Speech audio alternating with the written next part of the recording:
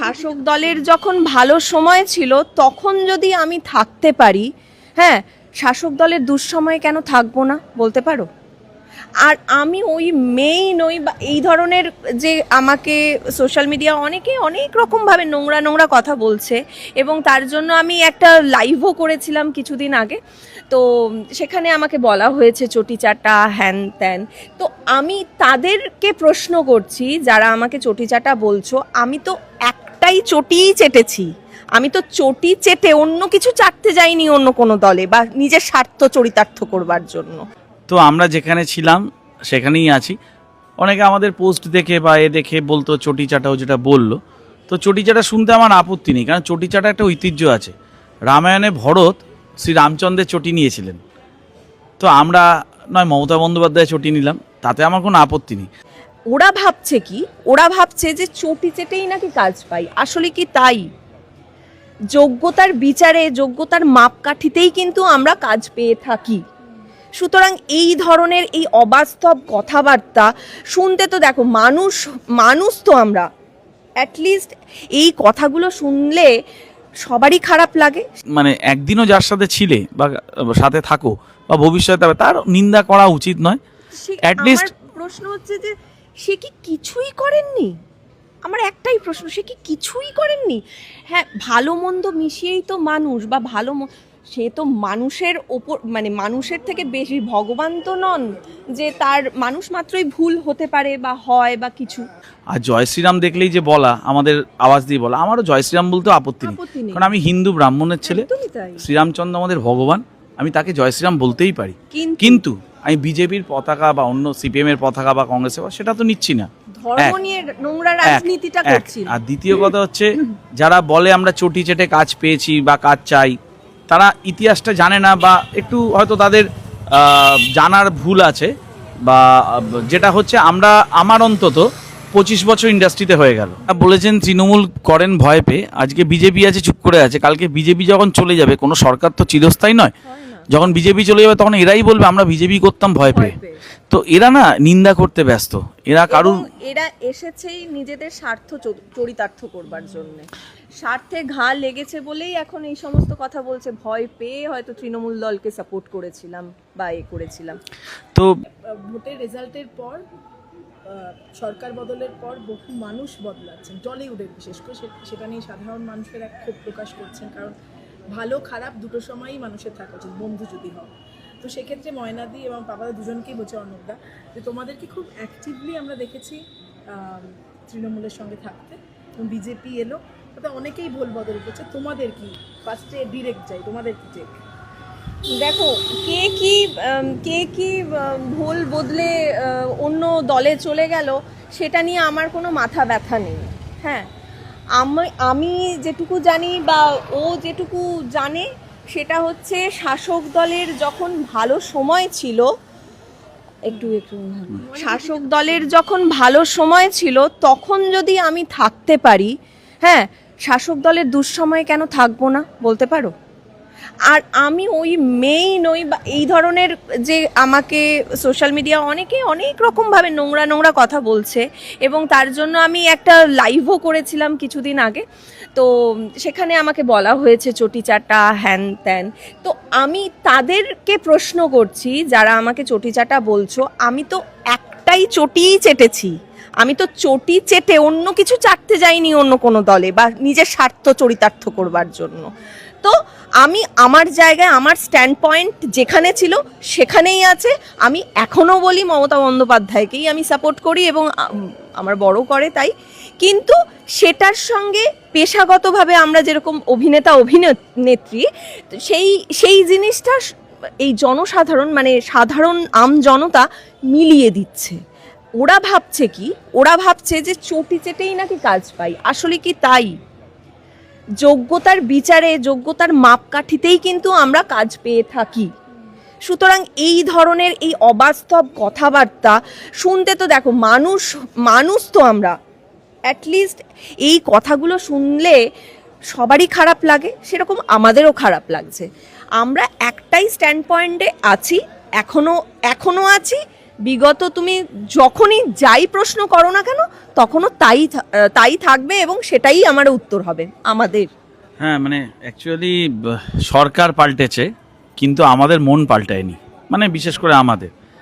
তো আমরা যেখানে ছিলাম সেখানেই আছি। অনেকে আমাদের পোস্ট দেখে বা দেখে বলতো চটি চাটাও, যেটা বললো, তো চটি চাটা শুনতে আমার আপত্তি নেই, কারণ চটি চাটা একটা ঐতিহ্য আছে। রামায়ণে ভরত শ্রী রামচন্দ্রের চটি নিয়েছিলেন, তো আমরা নয় মমতা বন্দ্যোপাধ্যায় চটি নিলাম, তাতে আমার কোনো আপত্তি নেই।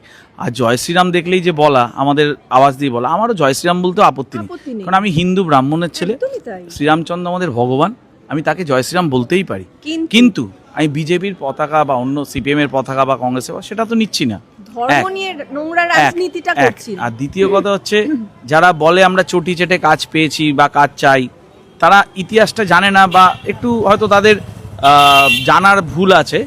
বা যেটা হচ্ছে, আমার অন্তত 25 বছর ইন্ডাস্ট্রিতে হয়ে গেল।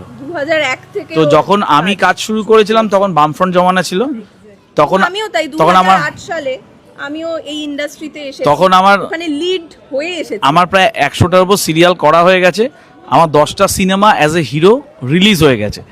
তো আমার মনে হয় না এই জিনিসগুলো যারা জানবে তাদের অজ্ঞতা, তারা জানে না।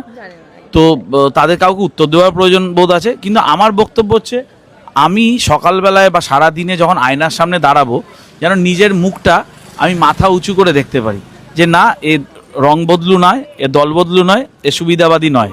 তাই ধরো বাবা মা যদি শরীর খারাপ হয়, তুমি কি বাবা মাকে চেঞ্জ করে পাশের বাড়ির বাবা মাকে বাবা মা বলবে? সেটা তো হয় না। তো যেখানে আছি, এবং আমি আশা করব বা আমার দৃঢ় বিশ্বাস, যারা এখন ক্ষমতায় এসছেন তারা আমাদের এই ডিসিশনকে সম্মান জানাবেন, কারণ তারাও বোঝেন কারা পাল্টি মারছেন, কারা পাল্টি মারছেন না। এবং একটা জিনিস থেকে ভালো লেগেছে, তারা বলছে যে কোনো রকম দাঙ্গা হবে না, কেউ কাউকে ডিস্টার্ব করা যাবে না, এইটা ওনারা মেনটেন করছেন, এটা আমাদের খুব ভালো লেগেছে। এবং তারা তাদের দল করুক, আমরা আমাদের জায়গায় স্ট্যান্ড পয়েন্টে স্টিক করে আছি। আমি গতকালকে, আজকে 10 তারিখ, তোমরা আমাদের ইন্টারভিউ নিচ্ছ, আমি গতকালকে রবীন্দ্র জয়ন্তীতে মমতা বন্দ্যোপাধ্যায় বাড়িতেই ছিলাম, রবীন্দ্র জয়ন্তী পালন করেছি। তো যেখানে আছি সেখানেই ছিলাম, কিন্তু সবাইকে রেসপেক্ট দিই, এবং আশা করবো আমাদেরও যেন সবাই রেসপেক্ট দেয়। কিন্তু আমরা যেন সবাইকে রেসপেক্ট দিই, সব দল মত নির্বিশেষে আমাদেরও যেন সবাইকে রেসপেক্ট দেওয়া হয়। যারা ভাবতেন তোমরা স্বার্থের জন্য মমতা বন্দ্যোপাধ্যায়ের পাশে আছো, এটাই বোধহয় তাদের জন্য সপাটে উত্তর। হ্যাঁ, এটা সময় কথা বলবে। তারা এখন যখন দেখবেন, তাদের বক্তব্যের শেষ নেই। তারা হয়তো বলবেন এখনো চটি যেতে যাচ্ছেন, এই করে যাচ্ছেন। আসলে মানুষের শিক্ষা দীক্ষা কালচার ডিপেন্ড করে। যারা এই ধরনের কথা বলে তাদের শিক্ষা দীক্ষা একটু প্রবলেম আছে আমার ধারণা। তারাও কোনো না কোনো কিছু চেটেই হয়তো কাজ করে। আসলে তারা ভাবতে পারে না যে কোনো মানুষ এক জায়গায় স্টিক করে আছে, সরকার চলে গেল এখনো আছে, এটা তাদের কল্পনার বাইরে। কারণ তারা বারবার পাল্টায়, তো মানুষ সবাইকে নিজের মতোই ভাবে, তারা হয়তো নিজেদের মতোই আমাদের ভেবেছেন।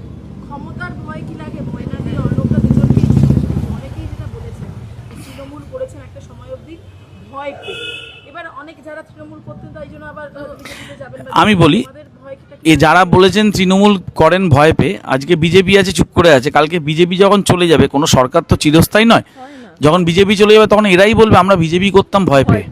তো এরা না নিন্দা করতে ব্যস্ত, এরা এসেছেই নিজেদের স্বার্থ চরিতার্থ করবার জন্য, স্বার্থে ঘা লেগেছে বলেই এখন এই সমস্ত কথা বলছে। ভয় পেয়ে হয়তো তৃণমূল দলকে সাপোর্ট করেছিলাম বা করেছিলাম। তো এটা মানুষের নেচার, নিন্দা করা, তো নিন্দা করছে। কিন্তু আমার মনে হয় যার অন্তত একদিনও যার সাথে ছিলে বা সাথে থাকো বা ভবিষ্যতে, তার নিন্দা করা উচিত নয়। আমার প্রশ্ন হচ্ছে যে সে কি কিছুই করেননি? আমার একটাই প্রশ্ন, সে কি কিছুই করেননি? হ্যাঁ, ভালো মন্দ মিশিয়েই তো মানুষ, বা সে তো মানুষের ওপর, মানুষের থেকে বেশি ভগবান তো নন যে তার মানুষ মাত্রই ভুল হতে পারে বা হয় বা কিছু। কিন্তু সে তো অনেক কিছু করেছেন আমাদের উন্নয়নের জন্য। আর তোমরা বলছো যে কাজের কোনো ভয়ের আছে কিনা ব্যাপারটা। দেখো, আমি মনে করি তুমি যদি কাউকে ক্ষমতায় থাকতে ভয় না দেখাও, তাহলে কেউ তোমাকে ভয় দেখাবে না। একটা গাছ সোজা হয়ে দাঁড়িয়ে থাকে, যখন তার অনেক ফল জন্মায় তখন গাছটা ঝুঁকে পড়ে। তাই মানুষ যখন সোজা হয়ে দাঁড়ায় বিনা ক্ষমতায়, যখন তার ক্ষমতা আসে না, তখন মানুষের সামনে তাকে ঝুঁকতে হয়। তো আমরা সেই ঝোঁকাটা ঝুঁকে এসেছি। আমরা কারুর কোনো ক্ষতি করিনি, সবার হেল্প করার চেষ্টা করি। যেমন ইন্ডাস্ট্রিতে সবাই জানে, যে কোনো টেকনিশিয়ান বলো, আর্টিস্ট বলো, এখন যারা নিন্দা করছে, যারা বিরোধী দল করছে, তাদেরকে আমি নাম ধরে ধরে বলতে পারি, ক্যামেরার সামনে বলছি না, তাদের সবার যে কোনো জায়গায় অসুবিধা হলে আমাকেই ফোনটা করতো। হসপিটাল বলো, থানা পুলিশ বলো, যে কোনো প্রবলেম হলে, এবং আমার যথাসাধ্য ক্ষমতা, যতটুকু ক্ষমতা আমি চেষ্টা করতাম তাদের হেল্প করা। তো আমার মনে হয় না তুমি যদি মানুষের সাথে ভালো ব্যবহার করো, কেউ তোমাকে ডিস্টার্ব করবে। তো এই যে খারাপ কথা অ্যাটাক করা, এটা নিয়ে কিছু বলবে? ভয় পাওয়ার কোনো কারণ নেই। তোমরা বলছো ভয় পাওয়ার কথা, এক মানুষের সাথে ভালো ব্যবহার করলে তোমার ভয় পাওয়ার কারণ নেই। কারণ আমি বিশ্বাস করি যত বন্ধুরা আছেন বিরোধী দলে বা অন্যান্য দলে, তারাও বোঝেন, তারাও তো মানুষ, একদমই তাই। তাদেরকে যদি রেসপেক্ট দেওয়া হয় তারাও রেসপেক্ট দেবেন। যারা বদমাইশি করেছে।